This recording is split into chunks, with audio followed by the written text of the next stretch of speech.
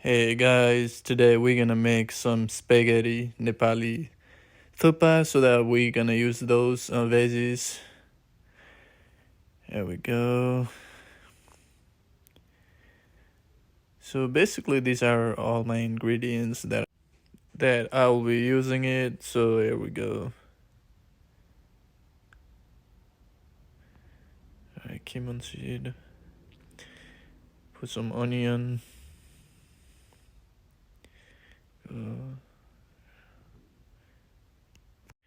Now I'm just gonna add nitty gritty ingredients. There you go. As you can see, for any full video, I'll be uploading that later or in sometime today or tomorrow. I do not know, but this will be just a time lapse of how I make Nepali THUKPA soup. All right.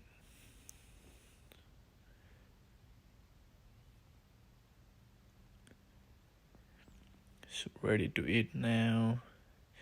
Just pour those soup with spaghetti. Add whatever you want, like cilantro or onion. Thank you for watching, and please subscribe and support me throughout this journey. Thank you.